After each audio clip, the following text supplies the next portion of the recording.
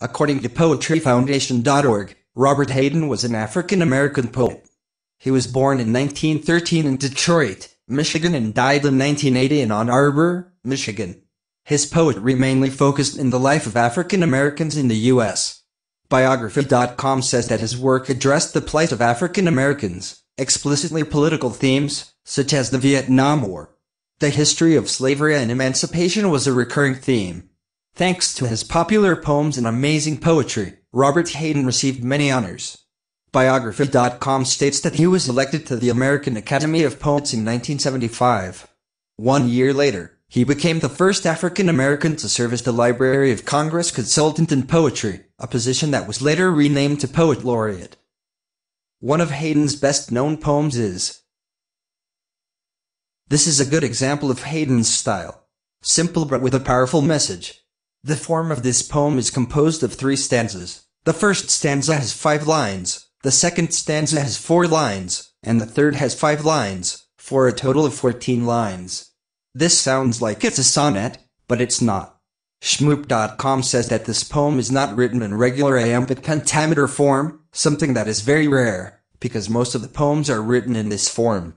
Also, it has no rhyme, nor does it have a rhyme scheme. Sound devices make this poem to have a hidden meaning. They are important to reinforce the meaning of the poem. According to homepage.smc.edu, sound devices are resources used by poets to convey and reinforce the meaning or experience of poetry through the skillful use of sound. The first sound device found in this poem is alliteration. This sound device is noticed in the first stanza. Words like blah blah cold, cracked, ached, banked, and thanked are examples of alliteration because they have the same consonant, non-vowel sound. Assonance is also found in this poem. For example, in line 3, the speaker says then with cracked hands that ached. This is an example of an assonance because cracked and ached have the same vowel sound. This poem expresses an idea of something that some of us do. We do not appreciate the sacrifice our loved ones make for us.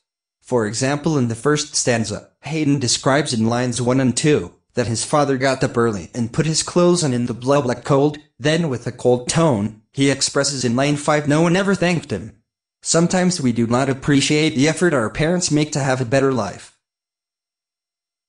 In the second stanza, the speaker creates an image of what a Sunday was like in his house. He clearly expresses his feelings of apprehension and fear that he had towards his father and home. This stanza creates a realistic image of his home and father's hard work. First, he begins by personifying the cold. He says that every Sunday when he got up, he listened to the cold splintering, breaking. Line 6. Splintering and breaking aptly suggest the sound of wooden floors reacting to temperature and humidity changes. It compares the sounds of the house to the sounds of ice breaking up. The stanza finishes with a line that makes the reader stop and think, where are the chronic angers of that house? Probably, his family had problems. According to Shmoop.com, chronic angers of that house sounds like domestic life in the speaker's home was not all sunshine and rainbows. Perhaps his parents were in an unhappy marriage, or perhaps they struggled financially. The only thing that's clear is that it was an unhappy household. The last stanza is the most important and impressive of this poem. Here the speaker reveals his regret of not telling his father how much he appreciated everything he did for him. His regret is expressed in lines 13 and 14.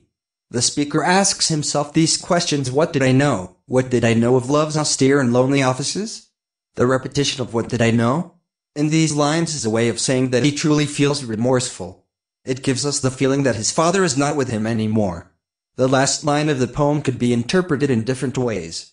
For me, this line has a deep meaning. To begin, love's austere could mean that his father's love was strict or rigid towards him.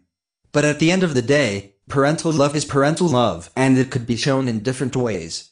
Offices, in this context, means the father's duty of getting out in the world and work to provide everything needed to make his child happy. The speaker had a difficult time understanding as a kid how his father was doing everything he could to show his true and deeply love for him, the speaker. Finally, the answer of why the father's duty is called lonely and austere is that he did much of it all by himself without any thanks from his child or family.